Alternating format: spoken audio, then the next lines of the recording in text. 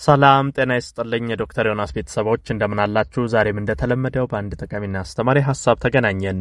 በዛሬ ፕሮግራም የምነግራችሁ ደረቅ ሳል የሚያስቸግራችሁ ሰዎች እንደዚሁም ሳይነስና የመተንፈሻ አካላት ችግር ላለባችሁ ሰዎች እንዴት አርጋችሁ እንደዚህ አይነት ችግሮችን በቀላሉ በቤታችሁ መቅረፍ እንደምትችሉ ነው የምነግራችሁ። ከዚህ ጉዳይ ጋር ተያይዞ በተደጋጋሚ የምትጠይቁኛላችሁ። በተለይ ሳል አስቸገረኝ፣ ሳል አልጠፋለኝ፣ ምን ላድርግ፣ ሳይነስ የዚህ የጉሮሮ ህመሞች፣ የመተንፈሻ አካል ችግሮች ከእንደዚህ አይነት ነገር ጋር ተያይዞ ብዙዎቻችሁ ላይ የሚከሰት ችግር እንደሆነ አስተውያለሁ። ስለዚህ በተለይ አሁን የምነግራችሁ መፍትሄዎች አሉ። በቀላሉ በቤት ውስጥ ባሉ ነገሮች እንዴት አርጋችሁ ደረቅ ሳል፣ ሳይነስ፣ የጉሮሮ የመተንፈሻ አካል ችግሮችን መቅረፍ ማስወገድ እንደምትችሉ እናያለን ማለት ነው። አብራችሁን ቆዩ። ለቻናሌ አዲስ ከሆናችሁ ዶክተር ዮናስ ነኝ። ሰብስክራይብ አድርጋችሁ ቤተሰብ ሁኑ። ይሄን መረጃም ላይክ፣ ሼር እያደረጋችሁ በተለይ በእንደዚህ አይነት ችግር ውስጥ ላሉ ሰዎች እንዲደርስና መፍትሄ እንዲሆናቸው አጋሯቸው። በቀጥታ ወደ ሐሳባችን እንግባ። የመጀመሪያ ማድረግ ያለባችሁ አንደኛው ቀላሉና በጣም ውጤታማ የሆነው ነገር ምንድነው? ለብ ያለ ውሃ ውስጥ የተወሰነ ጨው ጨምራችሁ ጉሮሮአችሁን ማጽዳት በዛ ውሃ። ይሄ ብዙ ጊዜ በመጀመሪያ ደረጃ የሚታዘዝ ከዚህ ከጉሮሮ ጀምሮ የመተንፈሻ አካልን በቀላሉ የሚያጸዳልን እዛ አካባቢ ያሉ ባክቴሪያዎችን፣ ችግሮችን የሚቀርፍልን ቀላሉ መንገድ ነው። ይሄ አሁን ቶንሲል የሚያስቸግራችሁ ሰዎች፣ ደረቅ ሳል ያለባችሁ፣ የመተንፈሻ አካል ችግሮች፣ ሳይነስ እንደዚህ አይነት ነገር ካለባችሁ በመጀመሪያ ማድረግ ያለባችሁ ብትችሉ በቀን 2ም 3ም ይሄን ማድረግ ትችላላችሁ። በተለይ ጠዋትና ማታ ውሃ ለብ አርጋችሁ ጨው ተጨምሩበትና ጉሮሮአችሁን በዛ ያዝ ያደረጋችሁ እንደ መግሞጥሞጥ ማለት ነው። ጉሮሮአችሁ አትጡትም፣ ትተፉታላችሁ። የተወሰነ ወደ ላይ ቀና ብላችሁ ያዝ ታደርጉትና ከዛ እየመለሳችሁ ታውጡታላችሁ። ይሄ የተወሰነ እንደዚህ ጨው በውሃ ጠዋት ማታ ጉሮሮአችሁን በዚህ ማጽዳት መግሞጥሞጥ፣ ይሄ እጅግ በጣም ጉሮሮ አካባቢ ያሉ ኢንፌክሽኖችን፣ ቁስለቶችን እንደዚህ አይነት ነገሮችን ጠራርጎ ለማጥፋት ይረዳል። ይሄ ቀላል አንድ ማወቅ ያለባችሁ መንገድ ነው። ሌላ ደግሞ የተለያዩ ሻዮች አሉ። በጣም ከእንደዚህ ከመተንፈሻ አካል ችግር ጋር ተያይዘው በጣም ውጤታማ የሆኑ የመጀመሪያው ሻይ በማር መጠቀም ነው። እንግዲህ ኖርማል ሻይ ታፈላላችሁ፣ እዛ ስር 1 ማንካ ማር ትጨምራላችሁ። ታዲያ ማሩ ኦርጋኒክ ንጹህ ማር መሆን መቻል አለበት። ውጤታማ እነዚያውን ንጹህ የተፈጥሮ ማር ሲሆኑ ነው ከዚህ ከኢንፌክሽን ጋር ከባክቴሪያ ጋር ከእንደዚህ አይነት ችግሮች ጋር ተያይዞ ውጤታማ የሚያደርጉት እነዚህ ናቸው። ስለዚህ ኖርማል ሻይ ታፈላላችሁ፣ እዛ ስር 1 ማንካ ማር በደንብ አርጋችሁ አዋህዳችሁ ያንን መጠጣት ነው። ይሄ ከጉሮሮ ጀምሮ የመተንፈሻ አካል ችግሮችን፣ ሳይነስ፣ ደረቅ ሳል እንደዚህ አይነት ነገሮችን በአጭር ቀን ውስጥ ለማዳን፣ ለማከም፣ ለማጥፋት ይረዳል። ስለዚህ ከሻዮች ውስጥ አንደኛው ምንድነው? ሻይ በማር ነው ማለት ነው።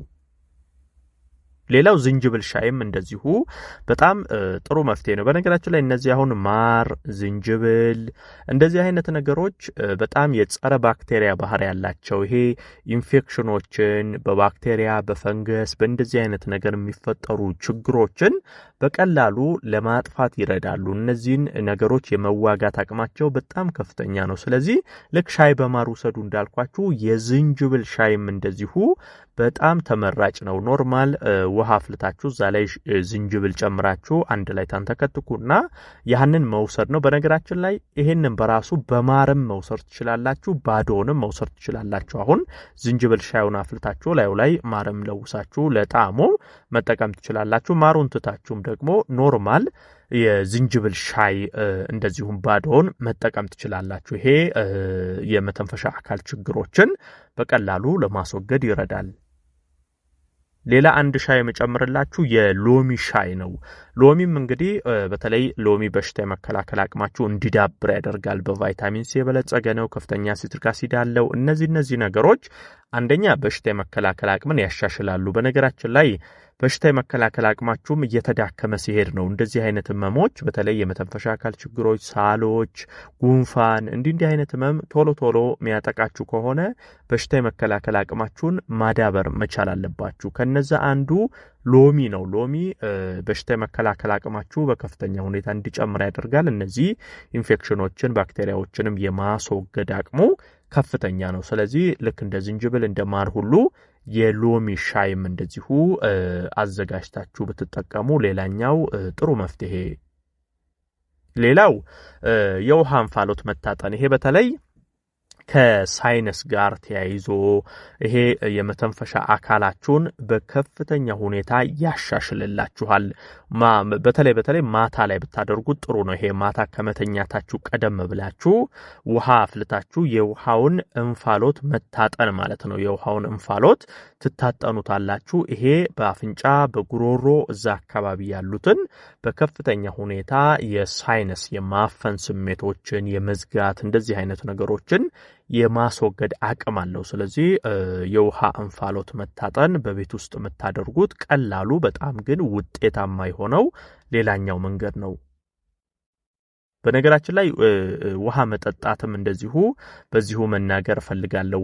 እንደዚህ አይነት ህመሞች ሲፈጠሩ ሰውነታችሁ በቂ ፈሳሽ ማግኘት አለበት። እነዚህን ባክቴሪያዎች ለመዋጋት እነዚህን ችግሮች ኢንፌክሽኖች ለመቅረፍ እንደዚህ አይነት ችግሮችን ለማስወገድ ሰውነት በደንብ ፈሳሽ ማግኘት መቻል አለበት። ውሃ በእንደዚህ አይነት ወቅት ላይ በደንብ መጠጣት መቻል አለባችሁ። ፈሳሽ በጣም መውሰድ አለባችሁ። እረፍትም በተያያዥነት በዚሁ መናገር ፈልጋለሁ። ሰውነት ራሱን እንዲያድስ በደንብ እረፍት ይፈልጋል። እንደዚህ አይነት ችግሮች ሲገጥማችሁ ውሃችሁን እየጠጣችሁ ከላይ የነገርኳችሁን ነገሮች በደንብ እያደረጋችሁ በቂ እረፍት ማግኘት፣ በደንብ አድርጋችሁ ጤናማ እንቅልፍ፣ ያልተቆራረጠ እንቅልፍ መተኛት።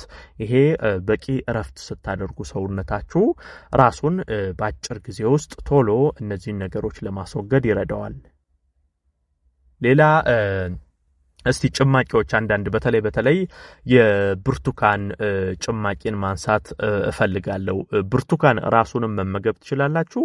ጭማቂውንም ብትጠቀሙት ጥሩ ነው። ብርቱካን ልክ ቅድም ሎሚ ላይ እንደነገርኳችሁ ሁሉ ብርቱካንም በቫይታሚን ሲ የበለጸገ ነው። በሽታ የመከላከል አቅማችሁን በከፍተኛ ሁኔታ ያሻሽላል። በእንደዚህ አይነት ወቅት በተለይ እነዚህ ደረቅ ሳል፣ ሳይነሶችን፣ የጉሮሮ ችግሮችን፣ የመተንፈሻ አካል ችግሮችን ለመቅረፍ ብርቱካን በጣም ውጤታማ ነው። ስለዚህ በእንደዚህ አይነት ችግር ውስጥ በምትሆኑበት ጊዜ አንደኛ ራሱን ብርቱካንን መመገብ ትችላላችሁ። ጭማቂውንም እንደዚሁ መውሰድ ትችላላችሁ። የብርቱካን ጭማቂ ብትጠቀሙ በጣም ይረዳችኋል።